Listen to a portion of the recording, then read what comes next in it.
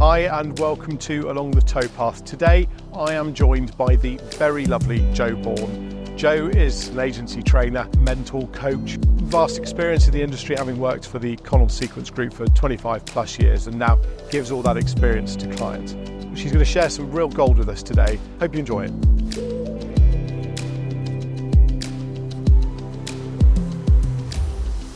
Welcome, Jo, to Along the Towpath on a beautiful day. Thank you very much for inviting me. What a beautiful day it is. It's stunning, isn't it? And taking a long trip down from Leeds. Was it Leeds? No, Doncaster. It's Leeds. I live in Leeds and I was working in Doncaster yesterday, so I drove down last night. Oh, lovely. Okay. Well, thank you for coming down. I was really looking forward to our meeting because we've never actually met. No. But we've got lots of mutual contacts, and there's the power of LinkedIn, isn't it? Yeah, there's always some sort of... Absolutely, we've commented, I think both of us commented, liked, and I had the odd notes. Online conversation as such, but no, we haven't actually met, so nice to meet you in person. Well, it's thank you for coming down, and I think one of the things... Hello, morning. Hello. Oh, you're gorgeous. Good morning. Nice. One of the things I really wanted to speak to you about today was, firstly, let's talk about you. So introduce yourself. Yep. Before we go into the sort of the weeds, if you like, introduce yourself. What have you been doing for the last few years? Yeah, okay, so I'm Jo. I live in Leeds, as you've said. I have worked in the industry in some form or another since 1993, I think it is, so pretty long time 93, now. goodness me, the heyday. Yeah, absolutely. And for the last 10 years, coming up for 10 years actually just now, I've worked for myself. I have my own consultancy business, doing training, coaching, mentoring. Give yourself a plug. Impact CTMD. Excellent. Thank you very much. Yeah, check me out. I do have a website now. You do? But there's only a bit of stuff on it. For 10 years I didn't have one. I had a web domain and did nothing with it. Quite powerful, isn't it? So yeah, I decided probably I ought to do something about that. But yeah, was an estate agent. Was a negotiator, valuer, branch manager, area director, and then for Sequence Connell's Group for 23, 24 years, and left in 2015, and then set up my own company. That's a long old stretch, that is. It was a long old stretch. You get less for murder, I think. And then, so you set up your own business, and just talk us about something we're going to talk, which we've spoken to just before we started, and something I want to sort of explore a little bit further was that transition. So you left a very comfortable employed scenario, and obviously we always leave for a reason. Usually it's because of the person we see above us. Sometimes it's not. It's because we're motivated by other things. But so you left the Connell Sequence Group. Talk us through that. As I say, I'd been there for probably, 23, 24 years. I had a good established team. I ran 12 offices around the Leeds area. How many in your team? 12 managers, assistant managers, mortgage consultants, new homes. We were responsible as an area director for the whole P&L. Yeah. And I just reached a point where things just weren't right. It was hard to put a finger on it. Was it the personnel? Was it the company? What was it? And I actually thought I'd fallen out of love with estate agency. Interesting. Looking back, it was the culture perhaps. It was the right time for me to go. And I left, which is, I suppose it was pretty scary because I didn't have a plan and I'm not a risk taker, but I knew I had to get out. And I left and I took some time off. Having left, as you say, salary, car, pension. Quite a comfortable place. And without going to the crudities and the detail, probably a decent salary because it's a decent role, isn't it? It's a big responsibility. Big responsibility.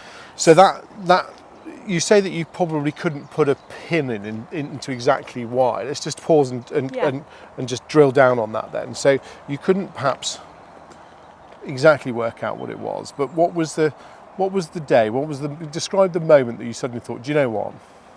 Conversations that went along the lines of I was too nice, I was too kind. This is from your manager? This is from my who I was directly reporting into. I was too nice, I was too kind, I was I just felt that where I wanted to be with my teams and what I did wasn't So you were nurturing a aligned team anymore. and trying to help a team Yeah. rather than cracking a whip at For your me, team. it's always been about people first. People Interesting. first before property, people Okay. before profits. If you get your people right and you manage your team and you work with your team right, the rest of it follows, and it had always followed. Yeah. It had always followed. Goals were being changed, and I just felt, nah, I just don't want to be part of this anymore. Right. And so there was like a slight shift in culture, was there, or it was just a case of, do you know what, I've been doing this for a long time? No, there was a change in the dynamics of the team, and it Okay. didn't work for me anymore. So it became target focused. It was always target focused, Okay. but it just felt that whatever I said didn't seem to land, and I Right. just felt this isn't for me. It was making me feel, I don't know, just not comfortable. And I then thought at that point, I thought it was maybe a estate agency that I'd fallen out of love with, but it wasn't. It was just the environment, and I needed to be out of there to reflect, and having done that, After how many years? 20? nearly 25 Wow, years, goodness me. having had time to reflect, it wasn't estate agency I'd fallen out of love with at all. It was just a time for something new, probably. Yeah. What that was, I didn't know at that point. So you took 3 months. Yeah, 3 months. Out of Yeah. just completely out. Did you Yeah. did you go anywhere? Did you do anything? Did you? I went on holiday a few times Yeah, I because bet I you did, like yeah. my Fantastic. holidays. Awesome.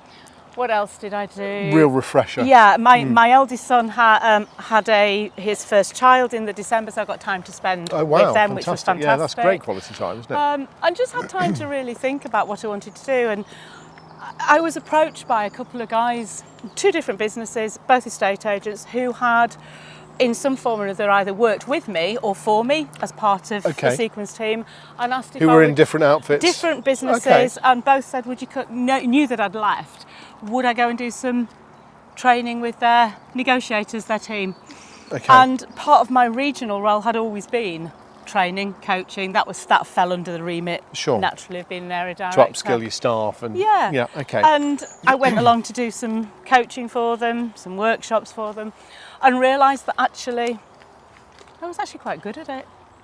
It took me a long time to get good at saying that. But that's interesting. It took me a long time to be able to say, so, I'm actually quite good at what I do. It's not really in my nature to do Because somebody whose job it is to help other people be good, and you struggle with that yourself. Oh, very much. To be able to say, I'm actually good at what I do, isn't the most natural thing. So for me to do. are we scratching at the surface? Morning. Morning. Are we scratching going uphill? Look at that. That's better than me. I rely on an electric one.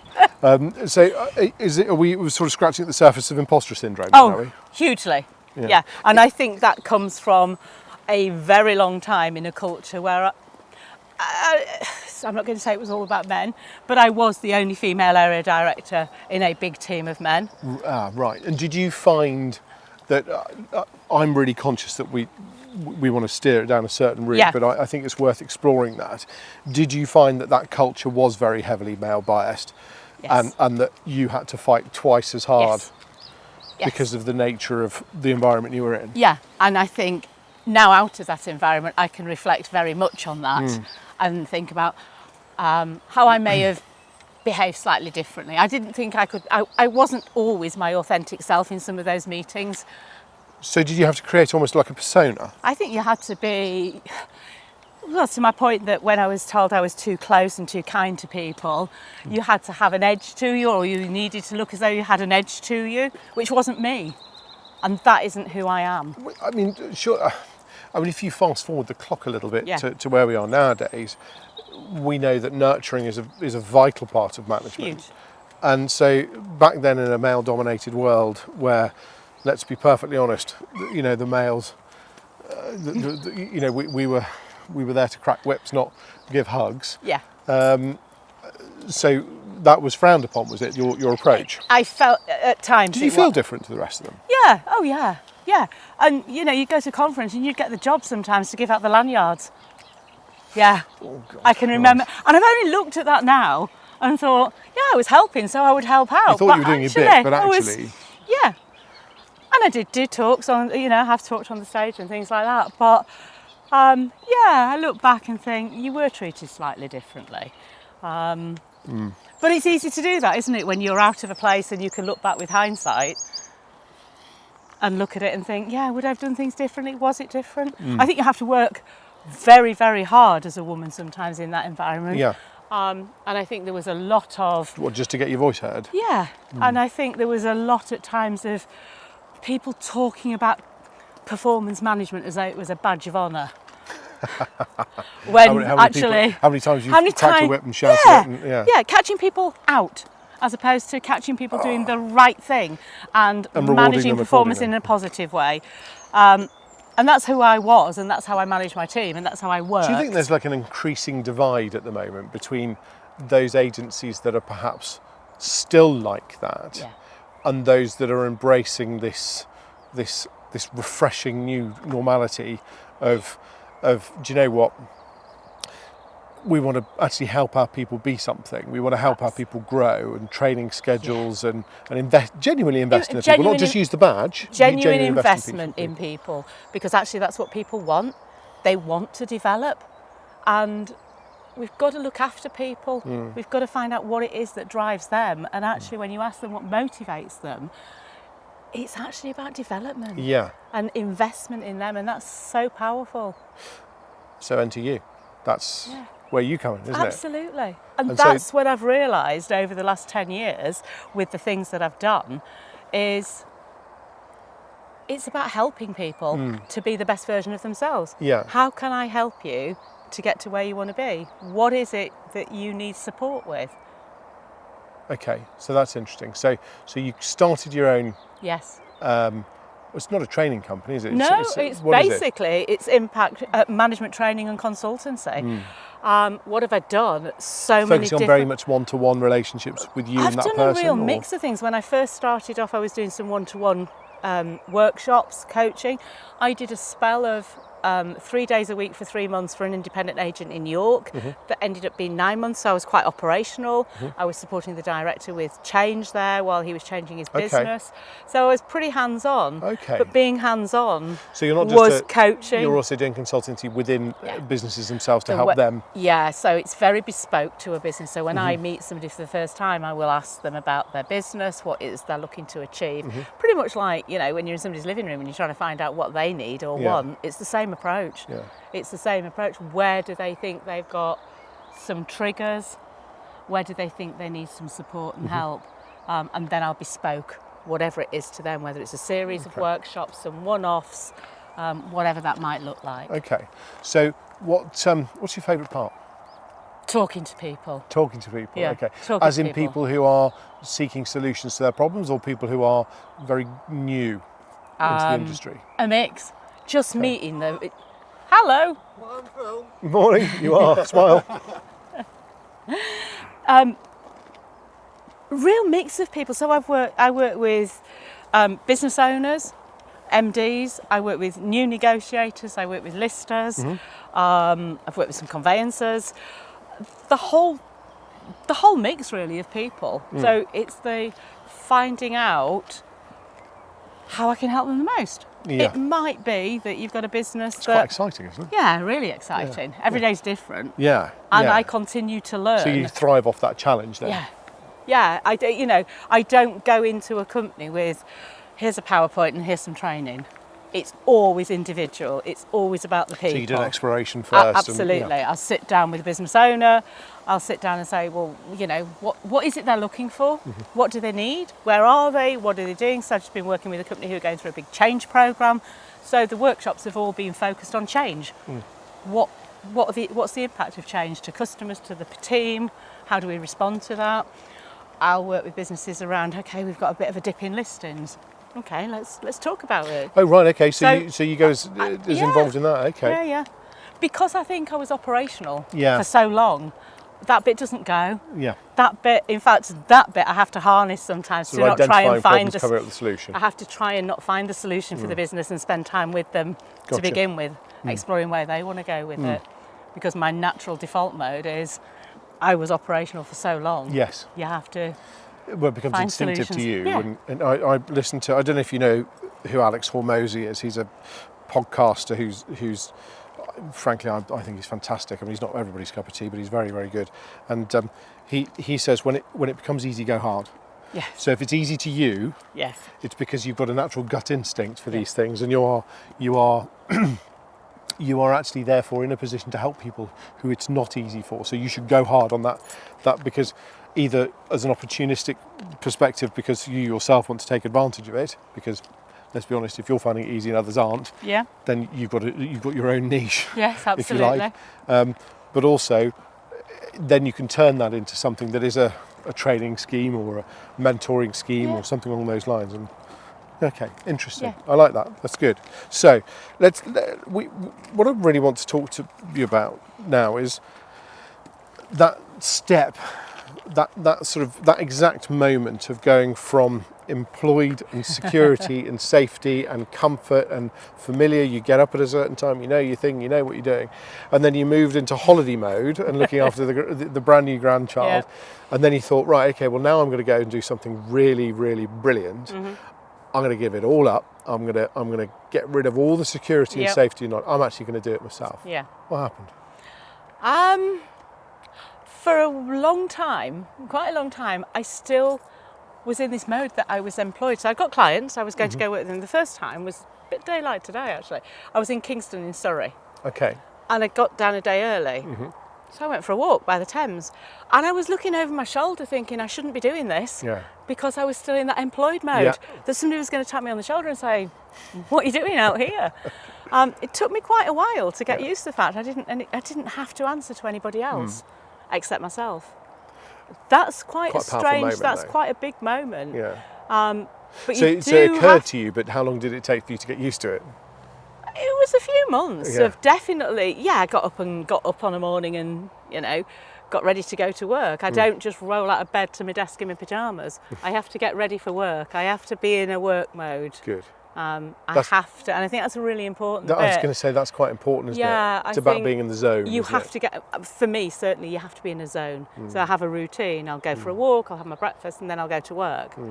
I might work in a local coffee shop, I might be working with clients, or I might be working at home. But I think, and I saw this a lot when I was working with some of the self-employed agents. I did a spell with Purple Bricks, and I saw that with the self-employed agents there, that actually having a space to work that was their work zone, and I'm sure we'll talk about it later as well, about having a routine that sits into, you're now a business owner. Yes. And that's a big difference. And I don't think I necessarily realised that at first, in terms of thinking. I set in processes, but I don't necessarily was thinking I was thinking like a business owner. So let's explore that then.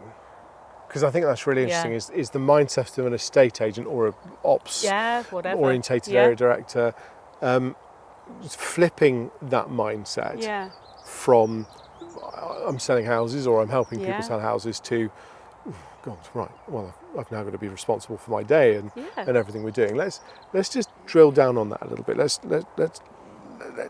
what was the moment, or what did you first do? What was the first thing that you put in place to help build that structure?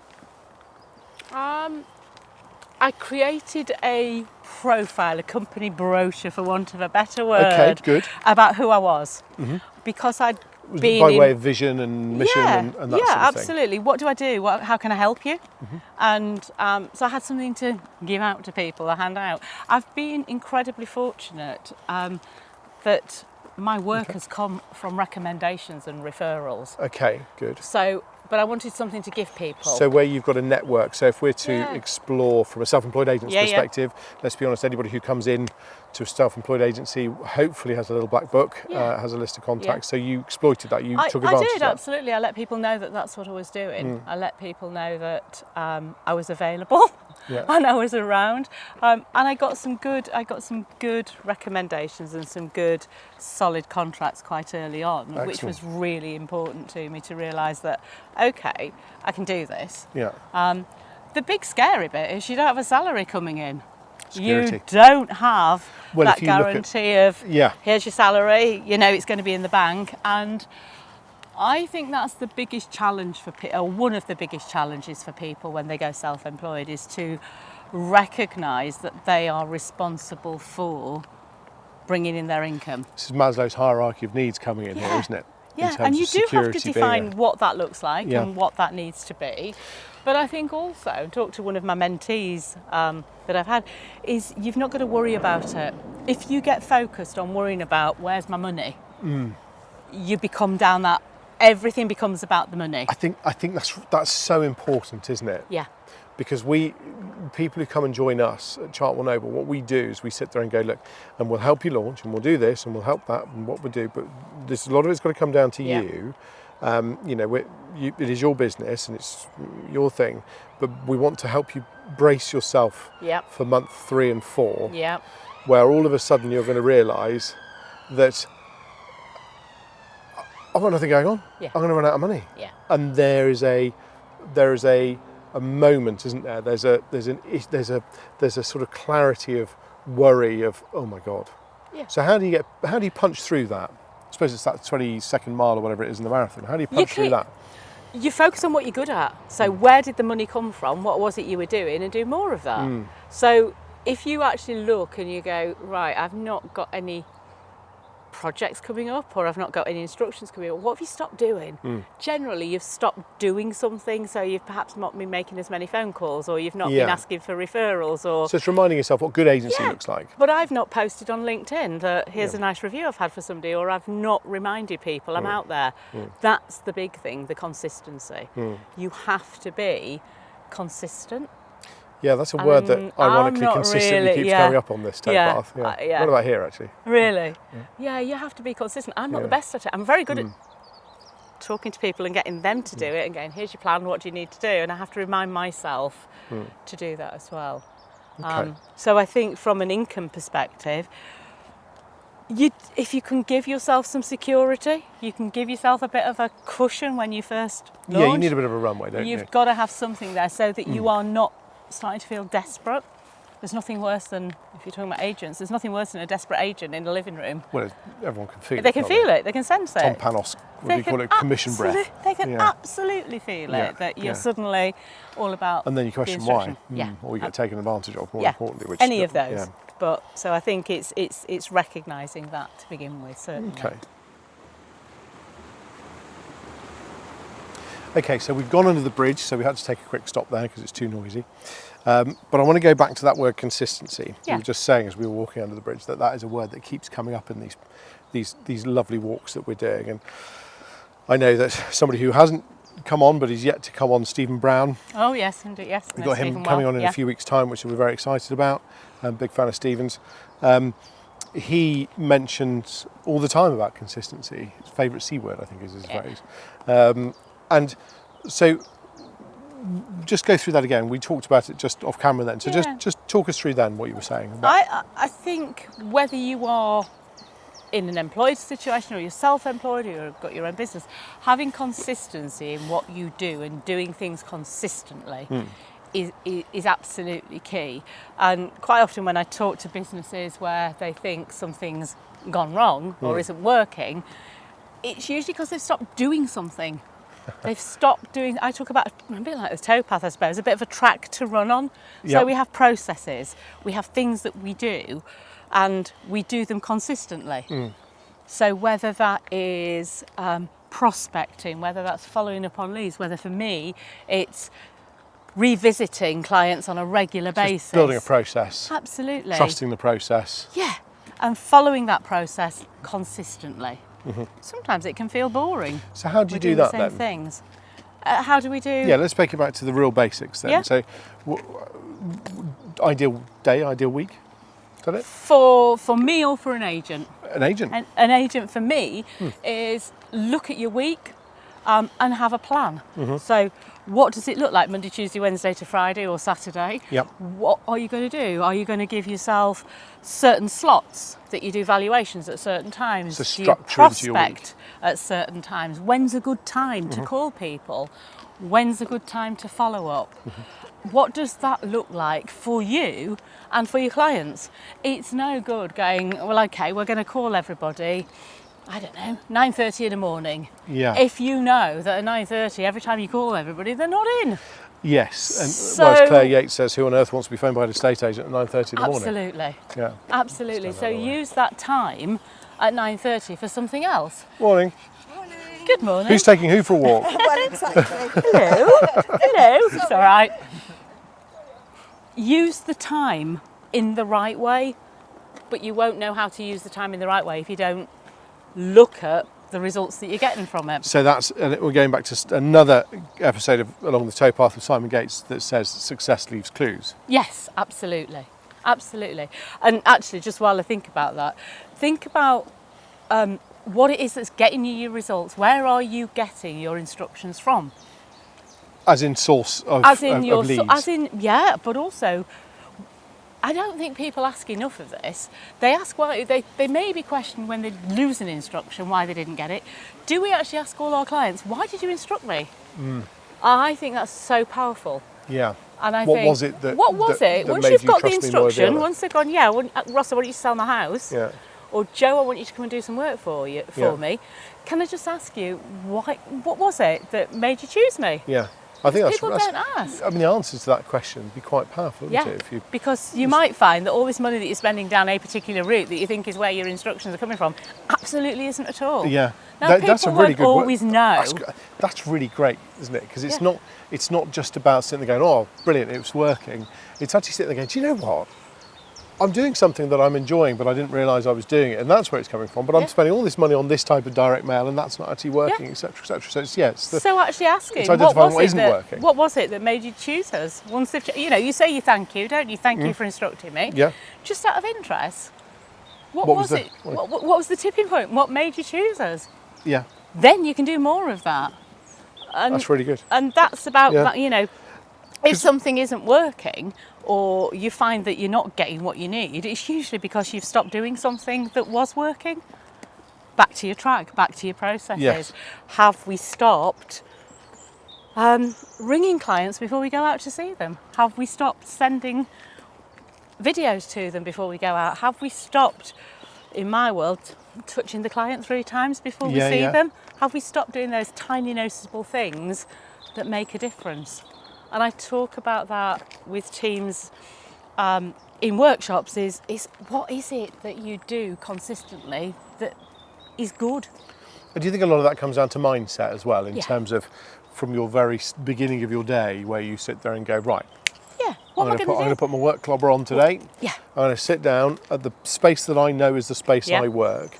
Because some people have it in their bedroom, don't they? Yeah, they do. They have to do. That's the only available space, or wherever. But make it some kind of workspace for that day. You know when you're locked in. Yeah. That's it. You're in the zone. Have a board that you put up that's your mood board, that's got your positives or your positive pictures, or people talk in pictures. Let's do that, because I want to talk about that, because I love that. We're not doing this because we just fancy selling houses differently, and we're not doing this because we sit there and go, do you know what? Oh, sick to death of this, and I want to do it my own way. It's actually, there's always I was taught to ask why 5 times, because you always get to the root cause of every problem. Yeah. And this is a chap called Pete Wilkinson, who I'm an enormous fan of. And 351. 135. Yeah. Insert name of trademark here. Absolutely. So a great chap, and he really does have this sort of this. I think it was Toyota. I think it was who if you ask why 5 times, you get to the root cause of the problem. So why is somebody doing what they're doing? Is it to sell houses? Yes, of course. That's is that just the commodity? Is it emotions? Is it to help people move? Well, yes, of course. That's that's something which excites us. But actually, is it the holidays? Is it the security? Is it the car, the house? Do I want to build wealth? Do I want to pass something on? Do I want to create a business that I can expand and grow? So you're suggesting identify those things and put it somewhere that's visible? What's your why? Why do you do it? Remind yourself what your why is. Why do I do what I do? I do it because I enjoy helping people. I want to enjoy what I do. I don't want to feel like I'm turning up to work doing something I don't enjoy. No, What's my why? My why is to have fun doing what I do. Having a balance of nice things to do, working with nice clients. Yeah, a lot of it comes if you know what the end goal is going to be. Absolutely. But what is it that really drives you? Yeah, we've got to put food on the table. Yeah, I've got a mortgage to pay. So yeah, you've got to do that. But don't compromise while you're doing something. And I think sometimes maybe people do forget their why and they do compromise what it is they're doing and why they want to do it, because they chase that next thing. And also you're putting out fires a lot of the time doing what we do. And it's you're constantly worrying about what's coming next, and am I getting that right? And is this person, people haven't turned up to appointments, or we get sacked on something when it wasn't our fault, and there's so many different ways. It's such an emotional experience. You're constantly trying to manage people's emotions that sometimes you're so wrapped up in that world of I've got to do, playing hungry hippos with new business, that actually you forget that slow it down. I always say to my daughter, slow is fast and fast is slow. Yes. And again, I think I might be another Pete Wilkinson one, but it is, Sounds about right. Yeah. But it's just fantastic, isn't it? That if you just slow everything down, and you can just work out what's in your landscape, and so,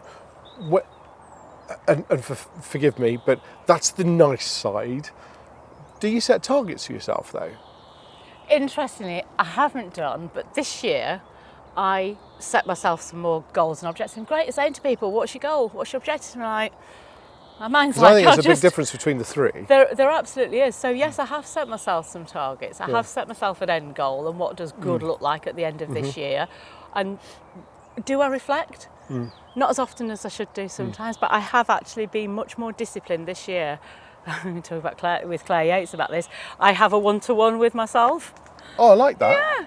Talk us through that. I think that's really good. Have I actually at the end of the month done what I said I was going to do? Oh, I like that. So you set out your goals at the beginning. You write down things you want to achieve. Have I spoken to the clients I said I was going to do? Have I got 2-3 new pieces of business? Have I actually made some new connections? Have I taken myself out of my comfort zone with a video crew walking along a towpath? Have I done some podcasts? It's not very comfortable. This is comfortable. Fun. But actually, have I done something that's a bit different? I like that. I really like that. And actually, it's very hard, isn't it? It's very easy in another way, as a self-employed person, to forget you're running a business. Yes. And to remember that you are now a business owner who sells houses. You're not just turning up to sell houses. What does that business look like? Are you sitting down and working on your business? So for me, I do have half a day doing my admin, doing my PAYE, my tax stuff, and all the boring so stuff. Important. The business admin. Actually, if you don't do it builds up. And it is dull, isn't it? Let's be honest. We're estate agents. We're motivated to do the exciting stuff. Talk to people. This is the whole procrastination piece, isn't it? We put off doing. So do you schedule that specific thing? So there is no excuse for procrastination. In my diary, there is a day I pay myself and I pay my bills. Always. I make sure my invoices are done. I make sure I've chased any invoices that haven't been paid, but fortunately I don't have bad clients that don't pay me. Good, excellent. But I do that. And choose your clients wisely. And I pay myself, and I sort out my company stuff and my expenses and my mileage. I didn't always do that because I was like, I'll do it whenever.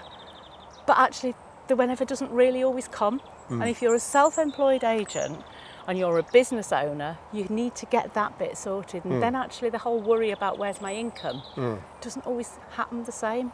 You don't get worried about it. Any tasks or jobs or anything, because there's all bits of the job that we like, and there's all bits of the job that we don't like, isn't there? Yeah, always. So you always make sure those are specifically scheduled. So around the 6th or the 7th of the month, I sit down and have a day, half a day, paying stuff, sorting stuff, making sure the life admin bits that go around business are done. If it's silly things for me, but planning hotels. So I've got some work. Have I got a hotel booked? I don't have a PA other than my husband, who sorts out bits for me every so often. Like, is there anything I can do? Yeah, can you just go and get me some Freddo frogs when you do the shopping, because I've got a training course. But the day-to-day bits, so we've got to have a schedule to stick to. Otherwise, structure.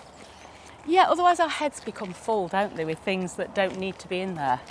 So what's the best way to get it out of your head when it does start to climb on top of you? Because it does. Yeah, and let's be honest, this time of year, look, weather's beautiful, photographers, they're trying to get these two behind the camera and not at a house taking photographs of Yeah, houses is a difficult task at this time of year. So when that tsunami of activity takes place and everybody wants to come to the market and everybody wants to do viewings, which is great because that's what you're for. There, and that's what you've been doing all the things for. At what point do you say no to somebody? Because I think that's certainly for a self-employed agent in the first 6 to 12 months. 6 to 9 months. Having the power and knowledge of when to say no, I think is one of the most difficult, but then the most freeing things. If you say yes to everything and everybody, you're gonna drown, aren't you, underneath it? So unless you've got a plan to take some extra support to do that, you've got to say, I can't give you the level of service, and you've got to be brave enough to be able to do that. That's the key, isn't it? Yeah. If it's going to tip you over the edge and mean that you can't deal with everybody else in the way you want to do it, you've probably got to have that conversation. One of our agents has just walked away from a client who, for whatever reason, it wasn't going to work, and that was really tough because she's starting her own business. She's reliant on every instruction. And she took that really, really difficult, it was a really tough decision to make. But actually, I think already, just a week or two later, the realisation that actually, wow, that was a massive time hoover. It probably wasn't going to sell anyway, or if it was, it would have been a disaster because of the interference of the client. I think that's so powerful, and I think sometimes too many agents say yes because they just want the signature on the contract, the board, or whatever. This is what we've been trained to do, right? Yeah, but actually it's a relationship. You're going to work with that person that's selling their house for 3, 6, 9 months, depending on your market. You've got to sell it, hopefully price it right and it sells quickly and your market's good, but you've still got to nurture that relationship till you hand over the keys. If you can't have that relationship and it's not the right fix for you, don't do it. It's going to just drain you. So it's got to be a two-way place. So it's got to be a two-way relationship as actually selling somebody's house. Well, it is a relationship. Because it is that. You're going to talk to them more than your family quite often. And it's the same for me with clients. If we're not the right fix, it'd be easy to go, oh yeah, I'll come and do some training. If that company doesn't sit with my values and align with what I want to do, I'm not going to go put myself back into it, which is why I've never taken an employed job again. Yeah, well, quite. Which is why I've never done it again. I think once you leap, it's about your integrity and about your values, and are you aligned to working with those people? So there's a big conversation about overvaluing at the moment. Right. There's a big conversation about doing everything and anything they can to get the business. I know that there's a lot of conversation around that, and we're seeing, because of the nature of the world, the economics, inevitably by the time this goes out live, the world would have changed 10 times by then, as is always the case. It's the one thing that's guaranteed. Absolutely. So with the sort of landscape that we find ourselves in at the moment, plenty of stock coming on. Agents desperate to ensure that they're instructed, therefore there is a lot of overvaluing taking place. Or should I say, rather than overvaluing, less willing to battle the client and go, no, we need to manage your expectations here. Because the minute you do, you lose the instruction because everyone else is making promises. So you end up winning the business because you're good at the trust element, your marketing is good enough, and all the things we know. But then you end up with 10 properties, I'm talking self-employed agent here, 10 properties, and you're like, this is amazing. It's only amazing if you're going to sell them, and you're going to sell them, and all you're doing is you're giving yourself a big headache, because at some point we might have a great relationship today, and you might have tweaked and gone higher, but actually when I come to you and go, Ross, I can't sell it, what are they going to start saying? You've lost their trust. You've got to be. It's a difficult conversation, but why do we avoid? We steer away from difficult conversations that aren't going to help anybody. No. If I say to you, I'm going to get you 100 grand more than I know I'm going to get you just because I want to get the listing, what's going to happen?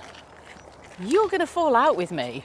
Well, you become instantly untrustworthy, don't you? Because you're doing what you can to win the trust, which is.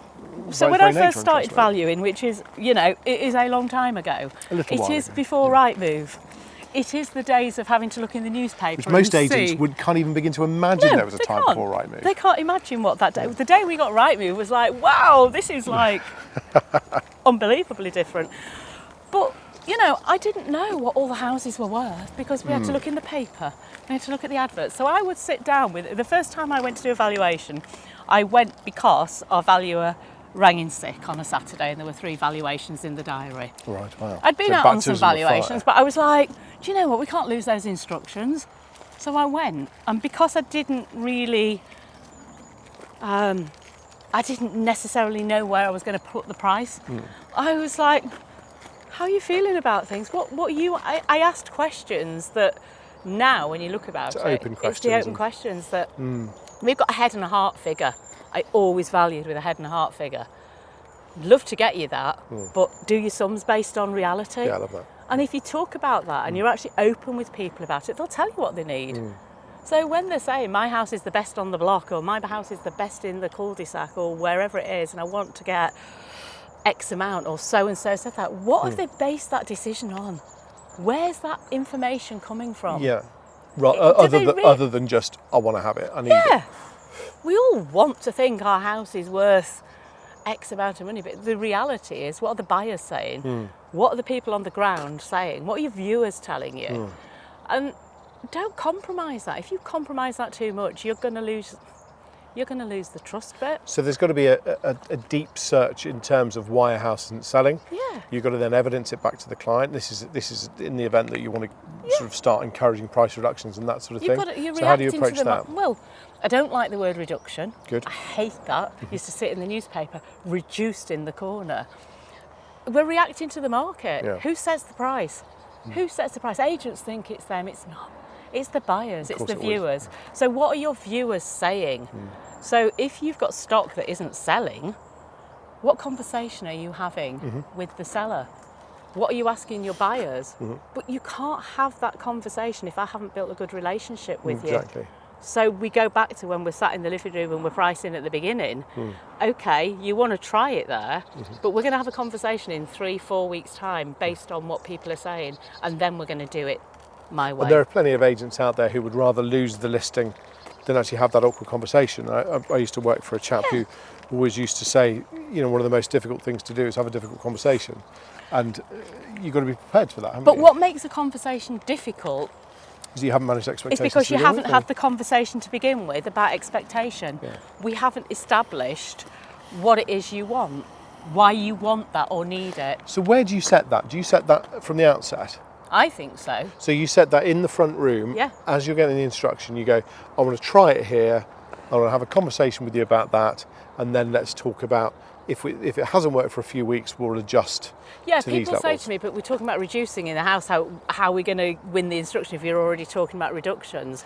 But if you've had an open conversation about price and you've demonstrated it, and again, are people sat down in the living room using Rightmove, using the portals, using Zoopla, using your souls, using your market knowledge? Are you actually showing people, or are people telling people? I absolutely hate the fact that people just tell. What are we showing? What are we involving people in? Well, if I was at a house and someone came to me and said, you can get this much here, and they looked, you know, keen to just win the business, or somebody then came to me and said, I have a pricing strategy that will ensure that you get the highest price possible for your house, or the highest value possible for your house, then surely that would inspire more trust and actually make that conversation as you go along. So would you link that to timescales? Yeah, absolutely. They're all relevant, aren't they? Because actually, if somebody wants to get the maximum price because they're really strapped for cash, what are we going to do? How are we going to do that? But if they need to move because there's another motivator, like a job that they've got to be in 3 months' time, prices, it's all about circumstance. When somebody comes to market, there's all sorts of things going on in their lives, isn't there? Let's find out what they are first of all. What are the drivers? So what's the conversation? What is it that's driving it? You know, if I'm coming to market because I'm having a baby, if I price it too high and I've got a 1-bedroom property and I've got to be out by the time, motivation changes. 6 months or so, you're going to have a problem.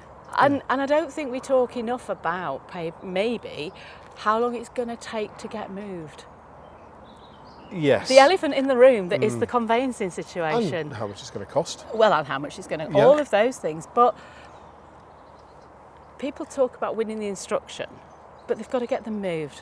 It's not about a for sale board, it's about handing over keys. So are we actually managing those expectations in the living room of when do you actually need to be in your new property? And I suppose those who are motivated, who are now self-employed agents, they're probably more likely to be motivated to help people move than they are perhaps just to hit targets of milestones. Yeah, because if they just list it, they're forgetting they've got this relationship now with the seller. It's them and the seller, and they're going to have that conversation. They can't hand it off to a neg. They can't go, I'm going out on evaluation now. Can you deal with those difficult conversations? Do you think that makes setting goals for yourself harder though? Because if you're coming from you came from a corporate world where KPIs or targets were very specifically set. Now, the world is slightly different. We know that, as a business owner, I know exactly how many flyers I need to send out that will equate to profit at the end of the year, because you work out your lead lag measures. But is that something that is easier to do or harder to do you think? I think it should be easier because it's about you. What do you want? What is your drive? What you want to earn and what I want to earn and what agent number wherever wants to earn is different. Yeah. So what do they want to do? What does that look like and how do we get there? Good, I like that. Good. So, yeah. Okay, that's interesting, isn't it? Because I think, and again, a lot of this comes down to motivation, the motivation of the buyers, the sellers, and obviously yourselves as an individual. So then, and motivation is personal, isn't it? And motivation changes. Motivation to me when I was 40 is different to motivation now when I'm nearly 60. I have my children are grown up. I have grandchildren. It's a very different driver on your income. It's a different driver at different times. Yes. And what is that driver for that motivated self-employed person when they're setting up their business? Why have they done it? Yes. Have they set their business up because they've just decided they want to be an entrepreneur? Or have they really given this a proper thought about what that's going to look like? What does it look like today? And what will it look like in 6 months' time and 12 months' time? And 2 years down the line? And where are they going with it? It's not, you don't set up, in my opinion, as a self-employed agent for the short term. You've got to have a goal, and you've got to know what that goal is. Well, it's planning. And my goal was, to put food on the table and pay my mortgage and all the rest of it, but have fun along the way. Yeah, so it's something people tend to forget. They forget that, and they forget the why. Morning. You all right? Yeah, it is something. It's easy to forget, especially that third, fourth month when you're so focused on money, and that's such an important thing. And you've got to do this, and you've got to get to that, and then you realise, well, actually, do you know what? If I go revisit all the things that we've just discussed, which is, how successful have you been? What are your plans? What's your structure like? Have I been remembering to do these things consistently? The people I'm talking to, the people I'm working with. What are their motivations? Am I aligned with them? Because if I'm not aligned with them as an individual client, then actually, am I able to help? Well, yeah. And is it the right person? Are you always the right fix? Because it could be that the answer is no to that. And that's okay, isn't it? That's absolutely okay. I will not be the right fix for every company about training, coaching, whatever. And I'll happily say to somebody, I don't think I am the right fix. Quite a lot of power in that, isn't there? Yeah. But that realisation. Yeah, because actually there's somebody who's better suited for you. Or we're just not going to work together well. It's much better to say that. And that's it's quite empowering. And I think that's quite important. And as a self-employed agent, I think it's important for your guys to actually recognise who they want to work with. Yeah. And be able to say that. Agreed. Well, they're in charge of they've got that freedom to do so, haven't they? Yeah. Why work with somebody who's not going to want to work with you? And have that conversation in the living room. Or before the living room, actually. The relationships are built right from the first point of contact. Absolutely, from a website almost. Yeah. Well, all of those things, it's your shop window, isn't it? Your website, your profile, your personal profile, your bios. What do you tell the customer? Who are you? And that's the same for anything, isn't it? Your tone of voice is about who you are and what you want to represent.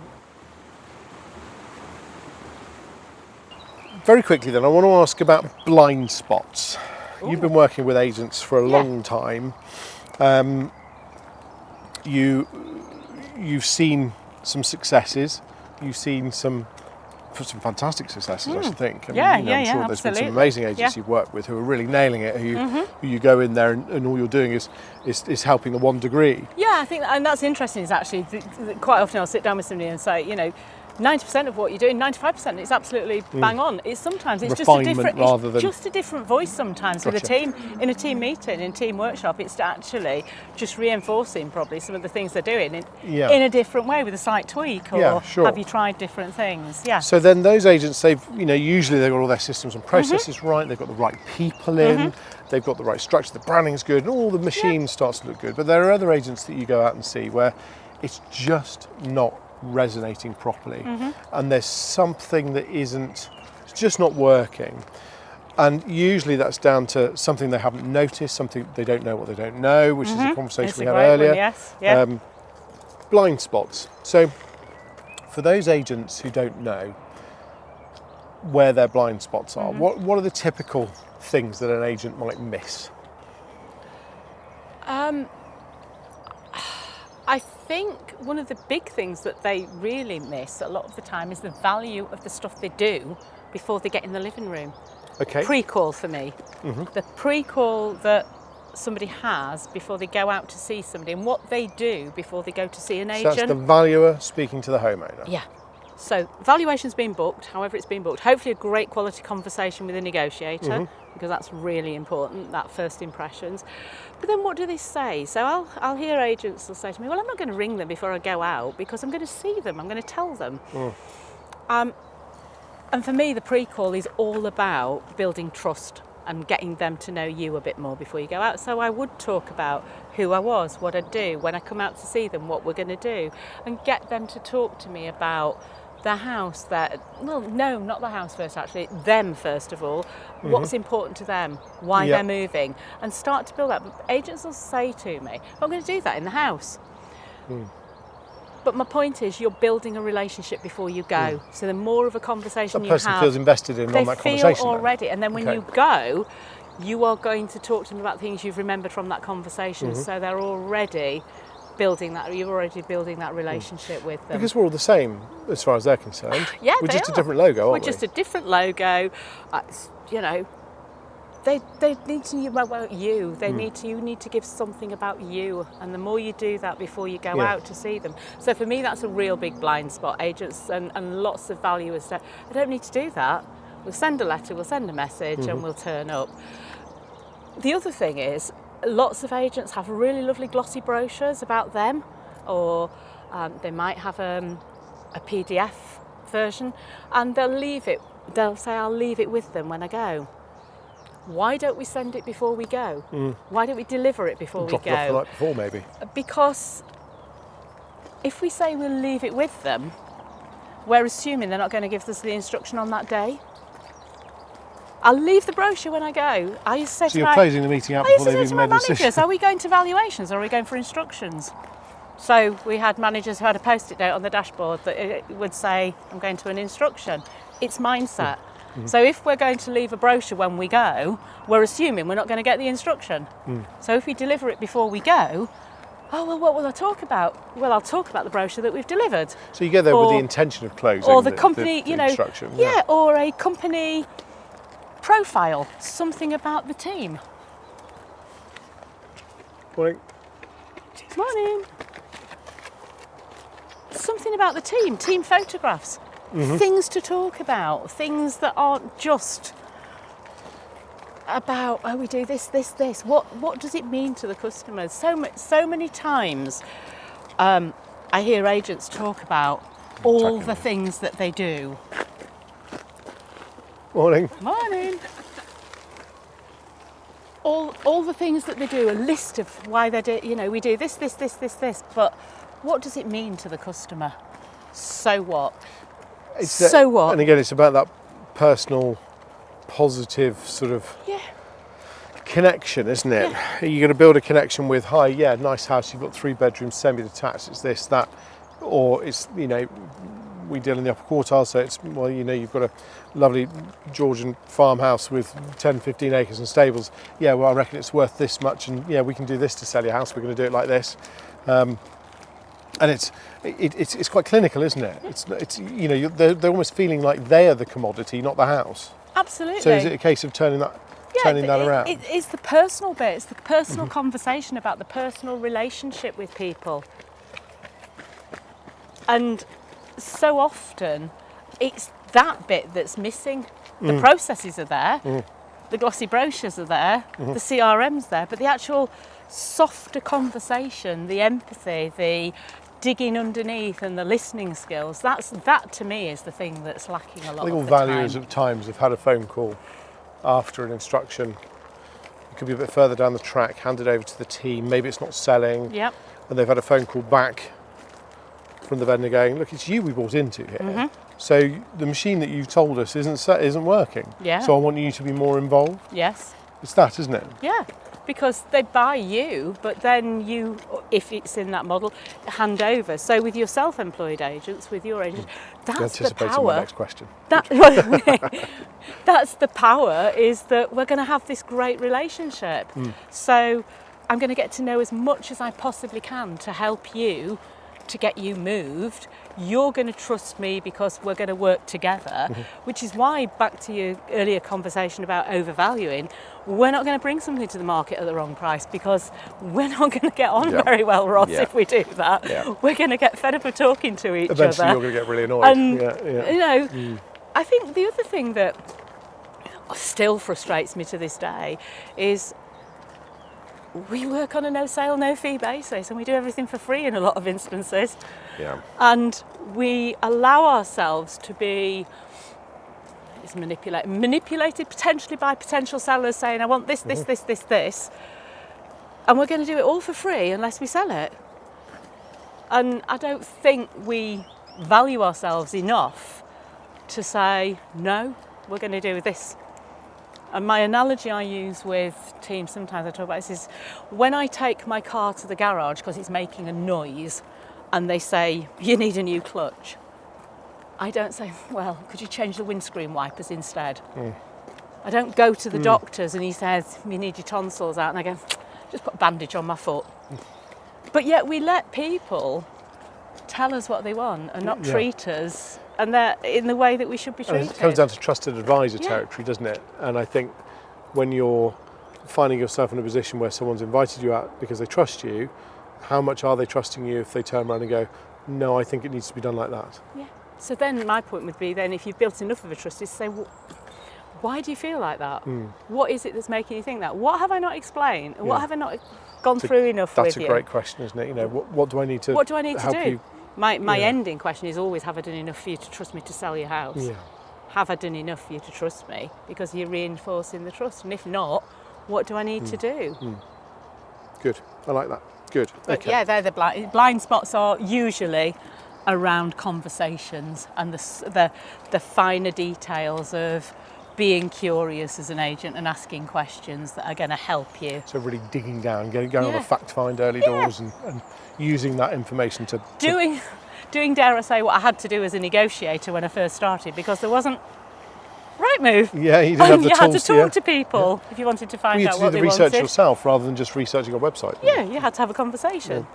Yeah. And the more of a conversation you had, the more able you were to build chains for people. I can still think of chains I built 25 years ago of people who still live in places that you moved one to there because you knew what they wanted. Yeah. And that's the sort of thing where I think sometimes there's a blind spot now. Okay, good. I like that. Good. Okay, so let's move on to your controversial opinion then. This has become a bit of a thing. And we've obviously had warning. I mean, a few of the previous guests we've had have had no warning at all, because obviously they were the first guests. So they weren't necessarily aware, but you've obviously had time to prepare for this. So you haven't been blindsided as such. No, so I haven't. Let's have your controversial opinion that you don't often share about a estate agency.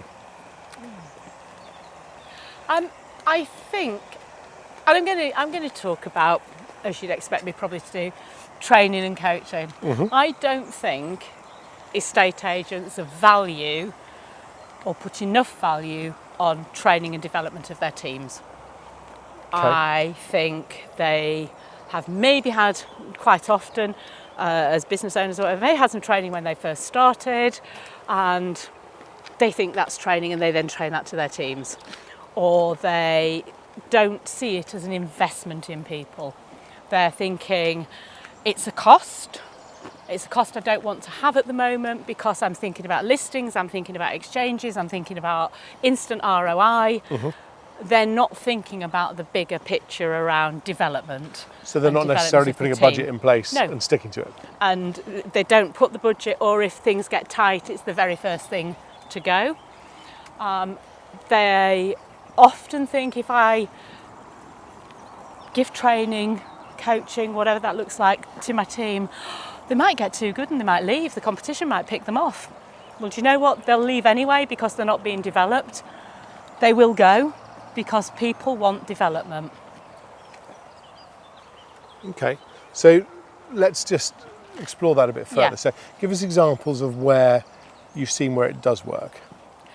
What companies have you seen that have nailed that, that got that right? Yeah, I've seen companies where they will take junior negotiators through a structured program. So they'll take somebody on a journey and they'll have a development plan.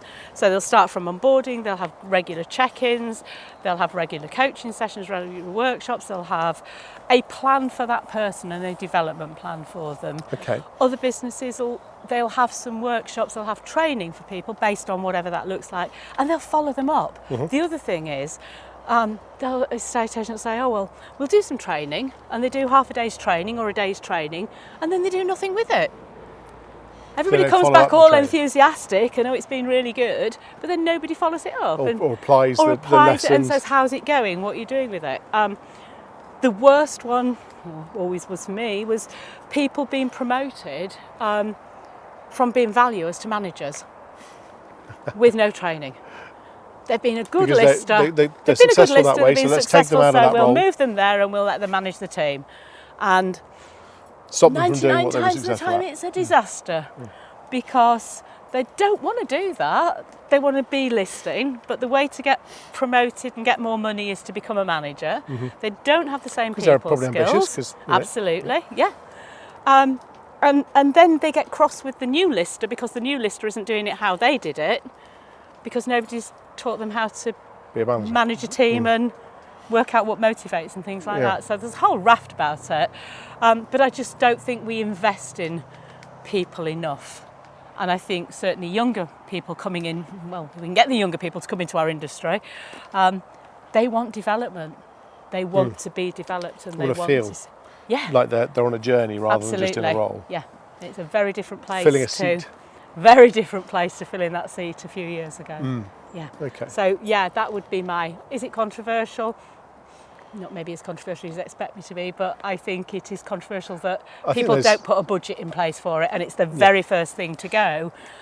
People would rather sponsor a roundabout or a rugby team than pay for some team training and development. It's extraordinary, isn't it? Yeah, so I think there's, at a time when we're seeing the world where costs are going up and clients' willingness to pay fees is going down, because we used to say fee war a lot, but I don't believe in fee war. I think the bigger problem is not fighting fees, it's realising value and being able to sell it properly. It's value.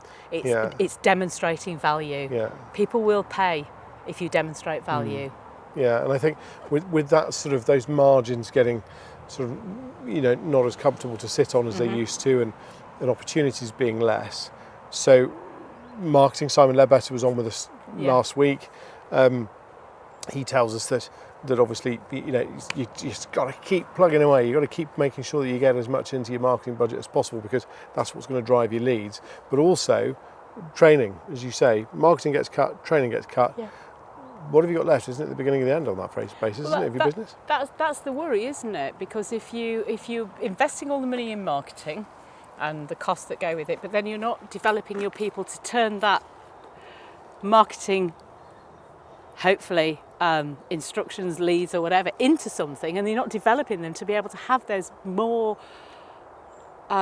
curious conversations that lead to something rather than just a conversation. You've got to be able to have the skills. So confidence. If you're talking about a harder market, your list as your self-employed have to be confident, and confidence is something that needs to be worked on. There's not a lot of experience out there at the moment. No, there isn't. No. So the training is the thing that actually gives you the skill set, isn't it? Yeah, and it's personal training as well. It's confidence, and it's self-development as well. It's having that growth mindset to go, actually, I'll have a look at something that will get me better at doing something, or whatever that looks like, or I'll get support from somebody else. Yeah. But I just think it's one of those things that it'd be nice to have. We'll get round to it. We'll do it next quarter. You hear that quite often. We haven't got time now. We're busy. So we'll put it into next quarter. But next quarter doesn't come, and then suddenly they realise that somebody's left and there's a gap. So we need to train them. And then we're under pressure, and then we start a revolving door. Yes. So I think that would be one of my big bugbears. But I'm going to say that, aren't I? Other trainers are available.